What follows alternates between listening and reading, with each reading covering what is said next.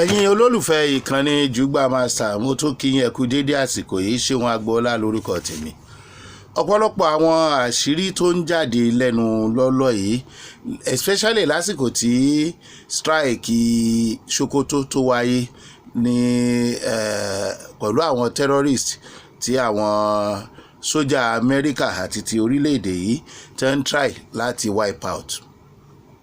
Ṣé ká mọ̀ tara wa jẹ tó bá jẹ́ ìròyìn tá a gbọ́ pé bíi 700 sí 800 ni àwọn tó wà nù ìkọlù yẹn ní ọwọ́ bọ́ǹbù tí wọ́n strike yẹn ló tẹ̀.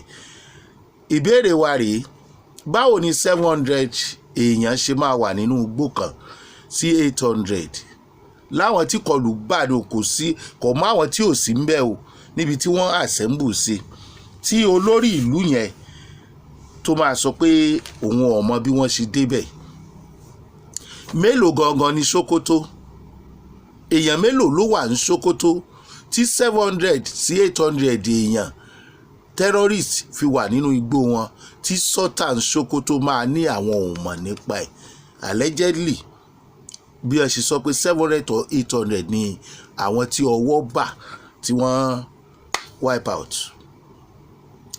Ara tá à ń sọ rèé gbogbo ọmọ orílẹ̀-èdè Nàìjíríà à ń béèrè lọ́wọ́ ara wa wípé ṣé àwọn èèyàn yìí náà láàmú bá tò láàsìmọ́ bá gbé gbogbo nǹkan tó ń ṣe yìí torí kí ni wọ́n fi ń ṣe?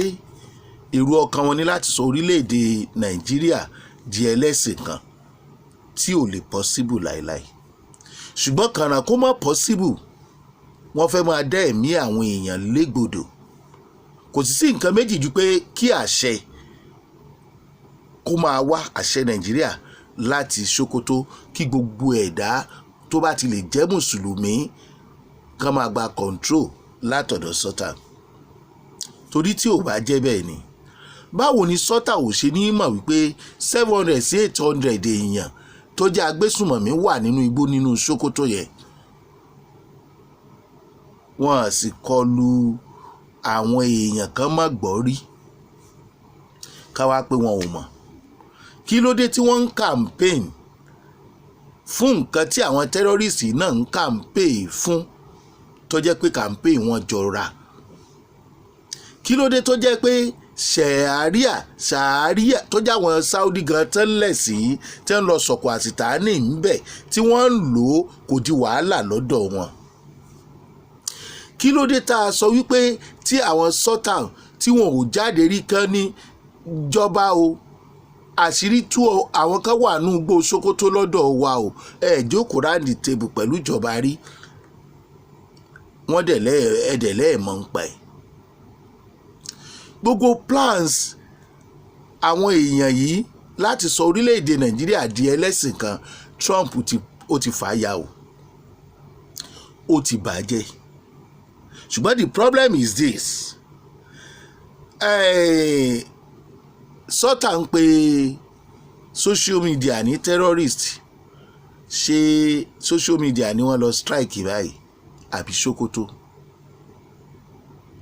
Tá a bá ní tanra wa jẹ ta ni àsìtáàní? Tá a làsìtáàní?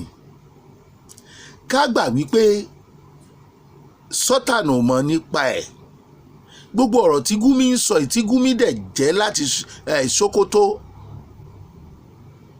ọjọ́ òní Sultan dá lẹ́kùn pé àlàáfíà ni kò jẹ́ kó jọba ẹ má torí ẹ̀sìn bàlújẹ́ ṣòṣẹlẹ̀ rèé. Now ṣé Sultan mọ̀ ń pẹ́ àbí Sultan ò mọ̀ ń pẹ́? Ìbéèrè rèé o. Now gbogbo àwọn tó wà nínú igbó Sokoto yẹn tí wọ́n jẹ́ terrorist tí wọ́n ń terrorize àwọn èèyàn Sultan ò gbọ́n pa ẹ̀. Tí traditional ruler abì kan àbí head of ìlú kan tó bá lóun ò mọ̀ wípé àwọn ọmọ líle kan wà níbì kan ní agbègbè òun irọ́ ló pa. Torí lẹ́yìn Ọlọ́run àtijọba ọba ló nílẹ̀. Nígbà tí wọ́n clear inú igbó Sokoto yẹn kí ló dé tí wọ́n sì tún sọ̀rọ̀ ní north wípé ààrẹ Bọ́lá Ahmed Tinubu ń gbógun ti ẹ̀sìn Islam ni wọ́n rí pé ó ń gbógun ti terrorist. Mindset àwọn ará bíi àwọn Fúlàní yìí ní láti bá gbogbo ẹni tó bá fẹ́ dí wọn lọ́wọ́ láti sọ orílẹ̀-èdè Nàìjíríà dẹlẹ́sìn kan láti bàjá. Wọ́n wá ń dojú ìjà kọ bàbá wa Bọ́lá Ahmed Tinubu láti ara pé kò yẹ kó gba Trump láàyè. Ẹ̀yin tẹ́ ẹ gbà àwọn terrorist láàyè lákàtà yín ẹ̀ sọ yẹ. Ẹ ṣẹ̀ṣẹ̀ ń rí i pé orílẹ̀-èdè olómìnira ni wá, ṣùgbọ́n èyí ń sọ pé ó yẹ kán pé Pakistan àbí Palestine àbí Turkey àbí àwọn China. Turkey tí ròyìn jáde lẹ́nu ọjọ́ mẹ́ta yìí wípé wọ́n ń sponsor àwọn Boko Haram. Àbájọ tí Gumi fi ń sọ pé àwọn tó yẹ kí wọ́n pè nìyẹn o, kán wá dá sí i. Àwọn tí ó tún fún yín lágbára láti máa pa àwọn Kìrìsìtẹ́nì tó wà lókè ọ̀yà àti tó wà káàkiri orílẹ̀-èdè Nàìjíríà lábẹ́ pé ẹ fẹ́ sọ orílẹ̀-èdè ìdẹ́lẹ́sìn kan. Sultan, ẹ nílò láti sọ pé ẹ mọ̀ nípa ẹ̀. Tẹ́ ẹ bá wá mọ̀ nípa ẹ̀, ẹ nílò láti sọ fún wa ìdí tẹ́ ẹ fi sọ fún gọ́ọ̀mẹ̀ntì pé irú àwọn èèyàn bẹ́ẹ̀ yẹn wọ́n wà ní àkàtà yín o lórí ilẹ̀ yín kán wá ràn yín lọ́wọ́ o. Ẹ lé ọ̀rọ̀ láti sọ lórí ọ̀rọ̀ jihad tẹ́ bá ń sọ gbogbo ìgbà àtọ̀rọ̀ sharia tó sì jẹ́ pé làwọn agbésùmọ̀mí náà ń sọ. Ẹ ràn ẹ̀sìn Islam lọ́wọ́ ẹ̀ ń bẹ́ ẹ̀sìn Islam jẹ́ ni o. Àti Gumi àti Sultan àti àwọn elders míì tó jẹ́ ti Fúlàní, Haúsá Fúlàní bá a ṣe mọ̀ wọ́n yín sí nìyẹn. Situation tó wà nílẹ̀ you are messing the religions up. You are not helping the religions because many people are living. Tí ẹ bá ní àlàáfíà ní nǹkan, ẹ jẹ́ kó já àlàáfíà. Ẹ prove àlàáfíà. Must you drag any other person to your religion? I am telling you, if that is not your plan, what is your plan that made you not to inform federal government about these people in your bush? You need to say something. Ẹ ní láti sọ̀rọ̀ sá Sultan. Tẹ́ ẹ bá fẹ́ kí gbogbo èèyàn wà ní abẹ́ àkóso yín, tí gbogbo èèyàn bá jẹ́ mùsùlùmí, kí Sokoto Caliphate kó jẹ́ ibi tí gbogbo èèyàn ó ti máa gbàṣẹ. Ẹ tí kúrò lórí ìtàn Usman Fodio yìí. You never leave that history. The fake history. The cook story. We are in trouble. We are in trouble. Àwọn tó amalgamate wa papọ̀, they are the cause. Ẹ jọ̀ọ́ mo fẹ́ béèrè, kí ni population Sokoto? Èèyàn mélòó ló wà ń bẹ̀? Báwo ló ṣe tóbi tó tí èèyàn 800 tó wà nínú igbó yẹn fi wà nínú igbó tí wọn ò dẹ̀ mọ̀ wípé wọ́n wà ń bẹ̀? Gbogbo àtáàkì tí wọ́n lọ ṣe níta tí ń padà sí Sokoto, Sultan ò gbọ́. Àwọn wo ló wà nídìí terrorism? Bí náà ò bá láwo kò ní gòkè odò. Now you are complaining. Kò yẹ kí Trump wá, kò yẹ kí Tinubu gba Trump láyè because orílẹ̀-èdè olómìnira ni wá, sovereign country ni wá, sovereign nation. So you know all this and you are harboring these people, the terrorists. The terrorists. You are the Lakurawa, you are the Boko Haram, you are the this, ẹ̀yin ni igbá, ẹ̀yin làwo, ICC, àbí ICIS. Yeah, ICIS, I don't know. On what? On what? You are the Miyetti Allah. They kidnap, they kill, they mess everything up, they rape, ransom, everything is you people. Ẹ̀yin Fulani. Sultan, tell us you don't know these people are in your area, in your bush. How many times have you sit in round table with the government to rescue us? All because you people want to Islamize this country. You are not seeing Baba wa Bola Ahmed Tinubu Excellency as somebody tackling the security, the insecurity and the terrorism. You just see him as he's tackling the religion, Islam. See the sense. Ọpọlọ wo ló wà nínú ọ̀rọ̀ báyìí? You are saying we should invite the Palestinian, China, Turkey. Then what stops US to strike you? Because all those people tell mention pé ká pè yìí. You want them because you want them to come and kill the Christian here. Because we heard it in news that Turkey is sponsoring the Boko Haram. Why are you asking for Turkey? Kí ló dé tó jẹ́ Turkey lẹ́ ń béèrè fún? News kan gbé pé àwọn ará bí àṣírí tú pé wọ́n sponsor Boko Haram. Gumi.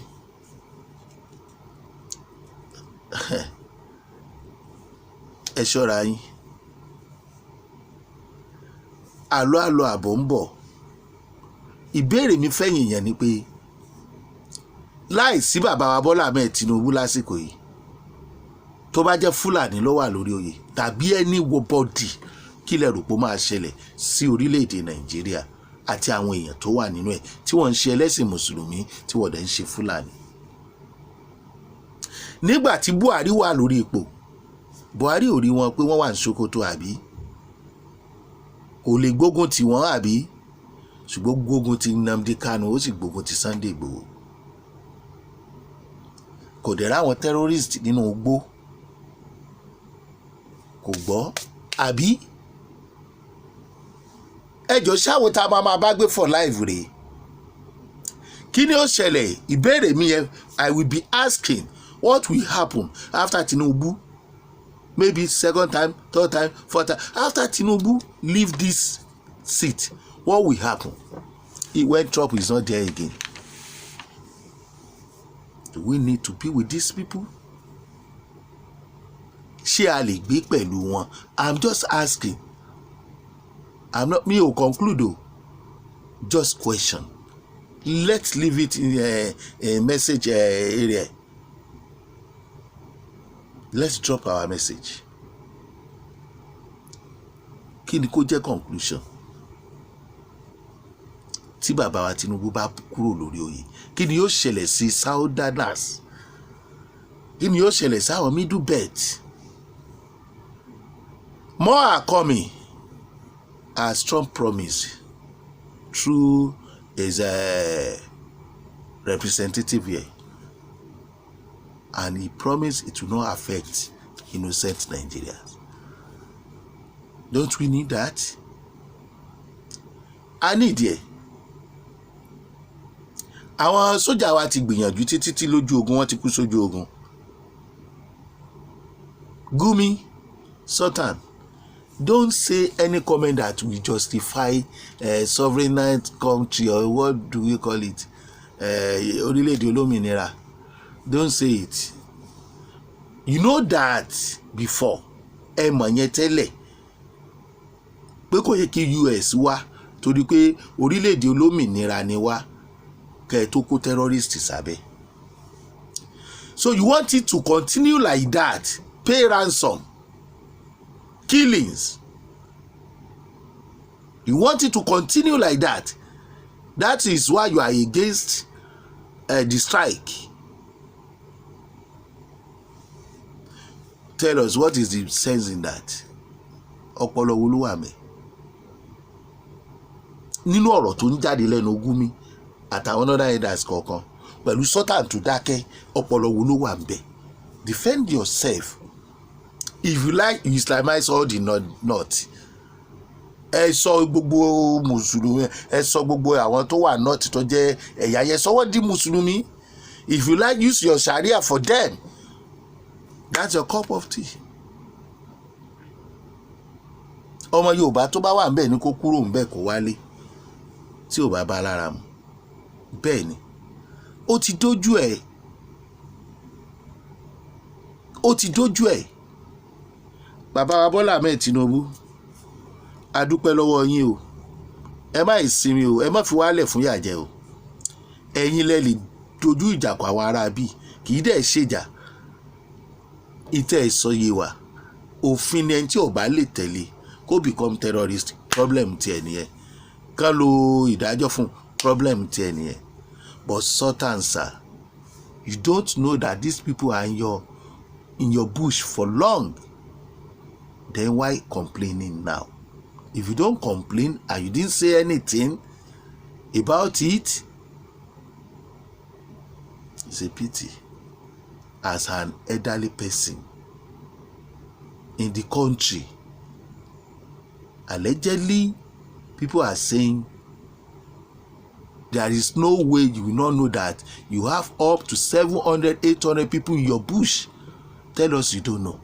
Ẹ sọ fún wa pé ẹ mọ̀ pé àwọn èèyàn yẹn wà nínú Igbo with all the weapons.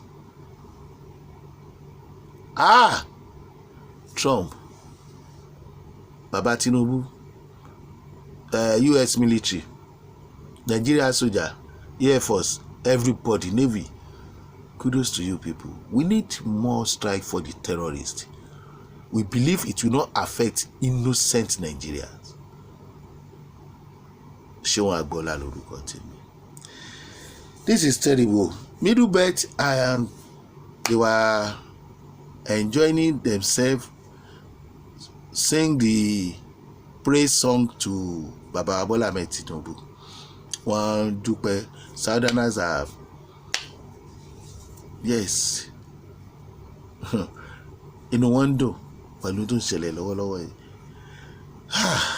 Kò sí tẹ́lómi ò lè ṣe lórí ọ̀rọ̀ Bọ́lá Ahmed Tinubu. I'm not campaigning at all, but I'm just asking, kí ló máa ṣẹlẹ̀ tí bàbá bá gbéjọba lẹ̀? Ẹ jẹ́ ká ṣe pápápọ̀ ọmọ Yorùbá. Ẹ jẹ́ ká máa fi àdúrà ràn Bọ́lá Ahmed Tinubu lọ́wọ́, Excellency. Gbogbo ohun tó bá fẹ́ ṣe, ẹ jẹ́ padà sídìí ọmọ ẹni òṣèlú bẹ̀bẹ̀rẹ̀ bàbá tiẹ̀ dáléyà. Ẹ jẹ́ ní sùúrù fún wọn o. Bẹ́ẹ̀ bá fojú inú ohun tó ń lọ yìí, bàbá yìí mọ nǹkan tó ń ṣe o. Odó ọdẹ tí wọ́n gbé dání, wọ́n tún ló dórin lápá abìkan tí wọ́n fi ń lu ọ̀tá lórí. Ṣùgbọ́n gbọ̀ngbọ̀n ó ti sọ di aṣọ́gbó. Àbí ọlọ́pàá ìpínlẹ̀ náà máa tó dé. Ó ti ní kó ní kálukú máa wà láyà rẹ̀, ó lè wọ́gbó ẹnìkan láì jẹ́ wípé ó gbàṣẹ. Kò sọ̀rọ̀ òun kó mọ̀ọ́lù láti ibìkan lọ ibìkan mọ́. Ó ti níyànjú bọ̀.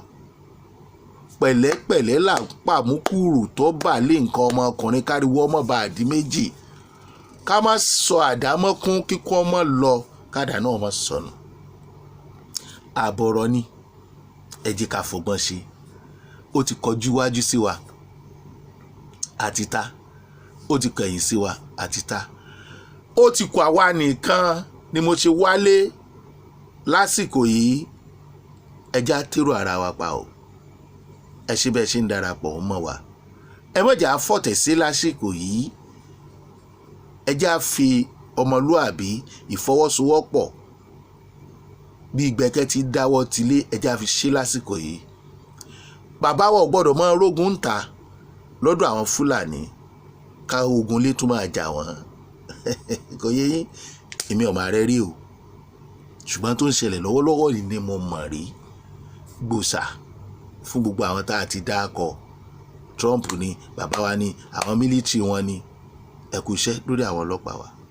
Ṣùgbọ́n gbogbo ẹni tó bá fẹ́ gbàbọ̀dì tí àwọn Fúlàní yìí ò fi ṣẹ́gun wa àbọ̀dé yẹn á gbé mi á wọlé sùn tọmọtọmọ. Wọ́n á kú bí ajá tí kú tòǹtògóró.